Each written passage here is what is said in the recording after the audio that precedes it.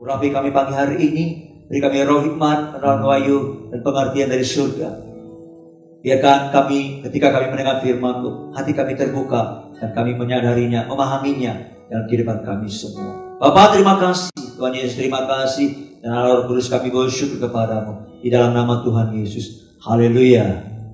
Amin. Shalom Bapak Ibu Saudara sekalian. Ya, nah, ada satu ayat yang saya ingin bagikan kepada saudara di Roma 12 ayat yang ke-12. Bersukacita dalam pengharapan, sabarlah dalam kesesakan, dan bertekunlah dalam doa. Ya, saya percaya ayat ini sangat hidup bagi kita saudara. Dikatakan bersukacita dalam pengharapan, sabarlah dalam kesesakan, bertekunlah di dalam doa. Nah, sukacita itu adalah sebuah keputusan saudara.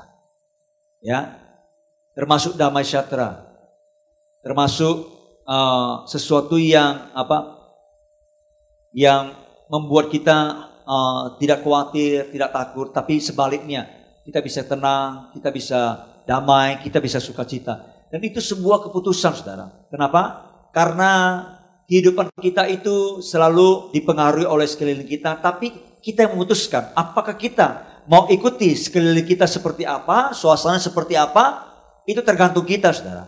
Nah, firman Tuhan berkata begini, bersukacita dalam pengharapan, sabarlah dalam kesesakan, dan bertekunlah di dalam doa. Nah, semua hal ini kan menyangkut situasi yang kondisi yang memang tidak enak saudara.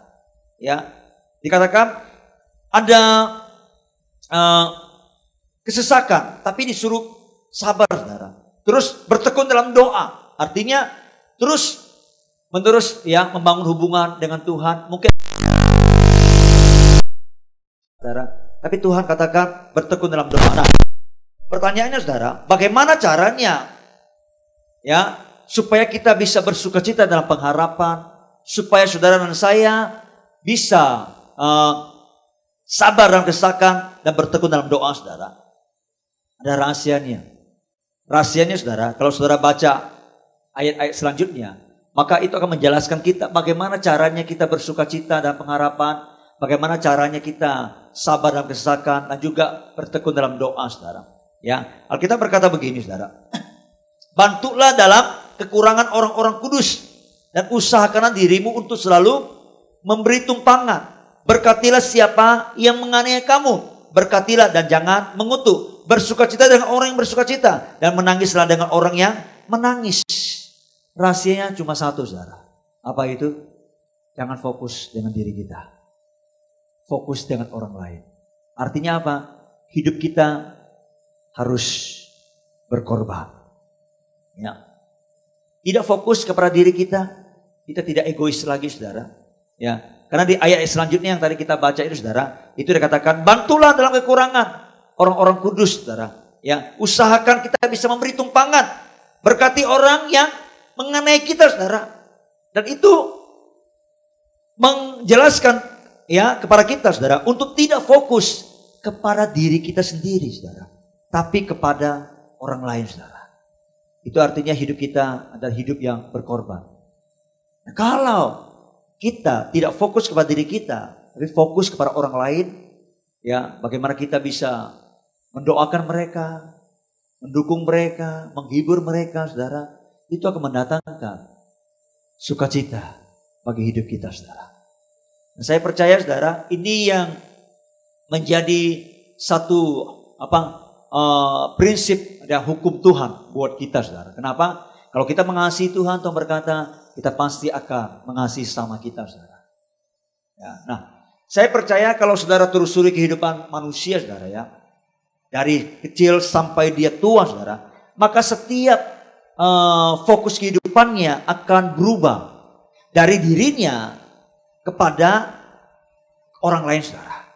Ya, nah, saudara yang sudah jadi orang tua, saudara pasti punya pengharapan, ya, bahwa nanti saudara kalau berkeluarga punya anak, saudara pasti mengharapkan nanti anak-anak saudara pasti tumbuh jadi orang yang baik, diberkati, ya.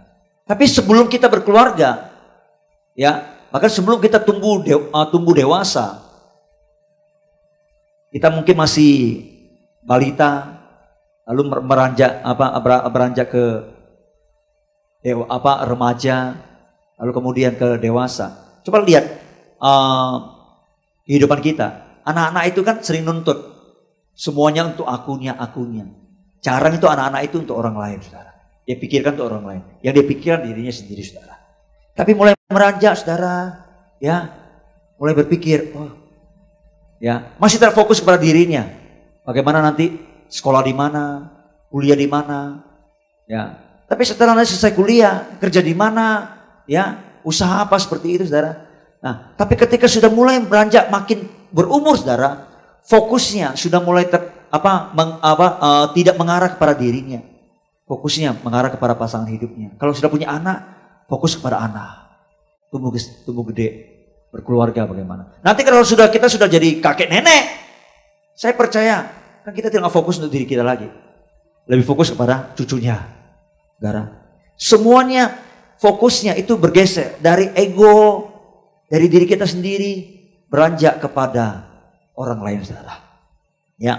Nah, saya percaya saudara yang mungkin sudah berumur, ya sudah sekitar mungkin 40-an, 50-an, saudara. Saya yakin saudara jaranglah memikirkan ego saudara. Pasti memikirkan anak-anak saudara. Bagaimana ke depan nanti. Apalagi saudara yang sudah punya cucu, saudara. Harapannya pasti cucunya makin diberkati. Itu artinya makin berumur, makin tua, harapannya makin bergeser. Fokusnya ya dari dirinya menjadi fokus kepada orang lain, saudara. Ya. Itu yang sebenarnya yang menjadi siklus kehidupan yang Tuhan berikan. Dan itu nggak salah. Dan itu kebenaran firman Tuhan, saudara. Nah, tapi tantangan terbesar, karena kita ada di akhir zaman, saudara. Alkitab berkata, ya akan terjadi kesukaran yang luar biasa. Dan kita sudah ngalami, saudara, zaman kita ini. Ya, nah ketika kesukaran itu terjadi, Alkitab berkata, maka manusia akan menjadi sangat egois. Manusia akan mencintai diri sendiri, saudara. Itu artinya manusia akan mementingkan diri sendiri, saudara. Nah, maka saya katakan tadi, kembali kepada keputusan kita, saudara. Tapi sebagai anak Tuhan, saudara dan saya diajarkan untuk tidak mementingkan diri kita sendiri, saudara. Ya, Alkitab berkata, bersukacita dengan orang yang bersukacita, dan menangislah dengan orang yang menangis.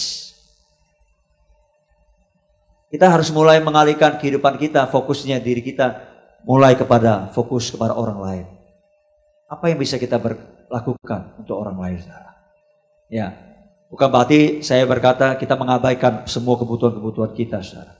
Saya percaya tentu kalau kita menjadi orang yang bertanggung jawab, kita pasti juga akan memperhatikan apa yang menjadi keperluan tanggung jawab kita. Ya, karena firman Tuhan berkata, kalau kita mengasihi orang lain, itu sama seperti kita mengasihi diri kita sendiri. Ya, tidak mungkin orang membenci dirinya sendiri, saudara.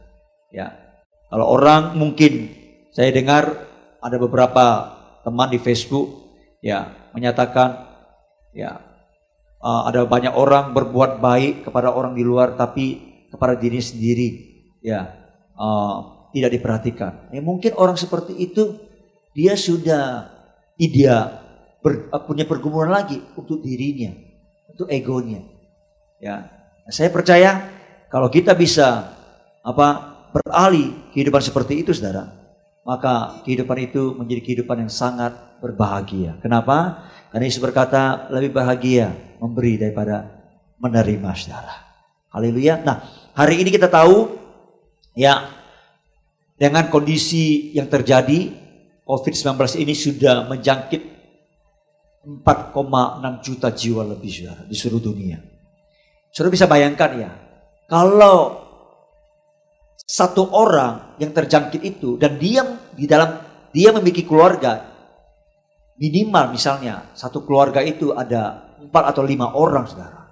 Saudara bisa bayangkan, satu orang kena, satu keluarga itu pasti bersedih dan berduka, saudara. Kalau ada 4,6 juta, berapa banyak orang yang bersedih dan berduka hari-hari ini, saudara? 4,6 kali 5 ada sekitar 23 juta jiwa yang sedang berkabung, yang sedang menangis, yang sedang bersedih, saudara. Saya pikir ini waktu-waktu yang terbaik. Kalau saudara dan saya masih dalam keadaan baik-baik, ini waktu yang terbaik untuk kita melakukan firman Tuhan ini. Bersukacita dengan orang yang bersukacita, menangislah dengan orang yang menangis. Ayo kita ambil beban dan tanggung jawab untuk ikut ambil bagian di dalam perasaan-perasaan orang-orang yang mengalami peristiwa COVID ini, saudara. Mungkin bukan hanya mereka yang terjangkit, tapi juga yang sedang mengalami dampak dari COVID ini, yaitu krisis ekonomi. Ya, ada banyak yang di PHK, nggak tahu sudah berapa juta yang di PHK, saudara. Dan itu sangat mempengaruhi kehidupan. Ya, bukan hanya untuk orang itu sendiri, tapi keluarga juga terpengaruh, saudara. Mari kita ambil bagian untuk terus berdoa dengan sungguh-sungguh, saudara. Bila perlu kita minta belas kasihan Tuhan ada di hati kita, untuk kita bergumul, ya, meminta belas kasihan Tuhan dan kasih karunia Tuhan supaya mereka boleh dikuatkan. Kalaupun ya Tuhan izinkan virus ini tidak segera berlalu, biarkan kita berdoa bisa menopang mereka tetap kuat dalam Tuhan, mereka bisa melewatinya, dan lewat proses COVID ini mereka bisa terbangun satu mental yang kuat, ya, walaupun ada air mata, walaupun ada tangisan yang mereka harus alami, saudara. Tapi biarkan kita berdoa, lewat semuanya itu mereka akan menjadi orang-orang yang ke depan, menjadi orang-orang yang tangguh, orang-orang yang kuat. Kenapa? Karena mungkin COVID-19 ini masih belum seberapa. Kalau ke depan lagi, saya yakin Alkitab berkata sekali lagi, kesukaran akan makin bertambah banyak, saudara. Artinya, saudara, kesukaran yang sekarang tidak akan sebanding dengan kesukaran yang ke depan nanti, saudara. Tentu akan lebih banyak kesukaran lagi, saudara. Mungkin akan muncul lebih banyak penyakit-penyakit yang luar biasa, ya, yang mungkin akan susah untuk mendapatkan vaksinnya, obatnya. COVID-19 ini aja sudah sulit untuk mendapatkan vaksin dan obatnya, saudara. Masih diteliti, saudara. Apalagi ke depan nanti, saudara, seperti itu, saudara. Ya, nah saya berdoa, ya, kita semua mari, ya, kita mau ambil keputusan untuk bersukacita, kita mau berdoa, ya, terus menopang setiap mereka yang sedang mengalami kesusahan hari-hari ini, saudara. Amin.